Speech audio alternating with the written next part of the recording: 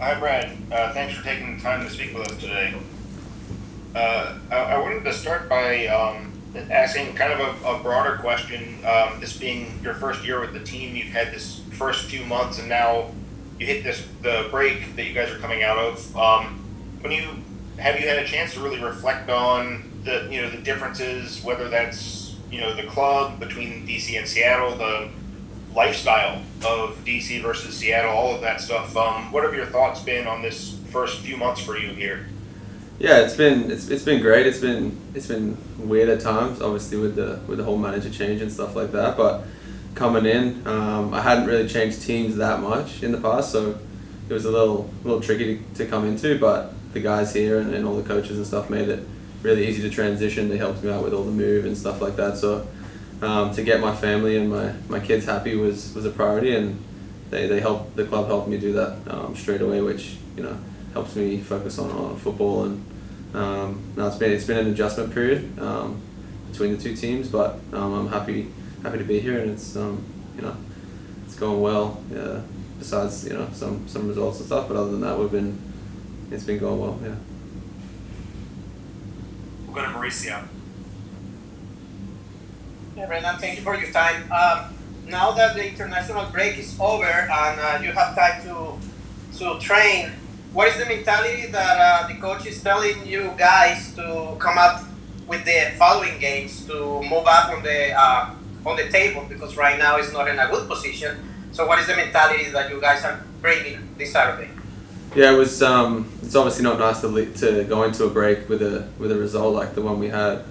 It wasn't a good performance from the guys, and that's probably the first performance in a while that we haven't really played well. We've had good performances before that, and some of them haven't gone away, and some of them have, but that one wasn't great. And going into a break, it's hard to, because you have such a long period thinking about that game, but I think most of the guys stayed here in the national break, so we were able to get a good training week. It was like I said, everyone was here, and it was a good week, and to push towards a very important game in Chicago this weekend. So yeah, it was a good week. We've been working hard.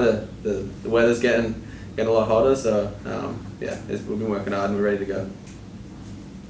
We'll go back to Jason.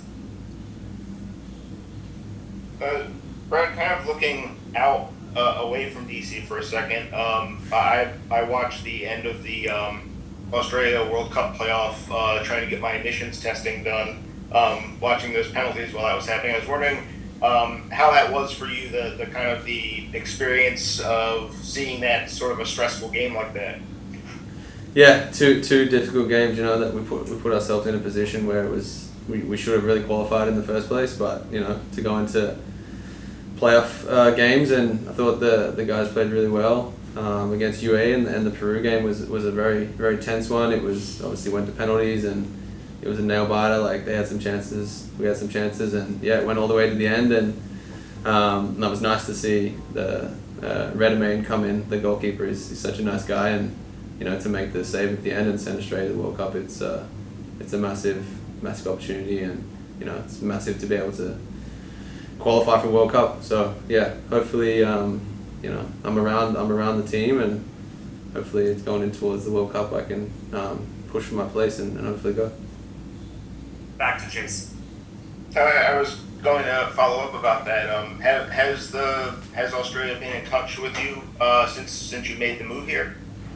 Yeah, I've been on standby every window, so it's just kind of on the fringe at the moment. I played in some of the qualifiers in this qualification process, so I'm right there or thereabouts. So hopefully, we do well for DC, and I do well personally, and that can give me the best chance to be able to make the squad and go to the World Cup.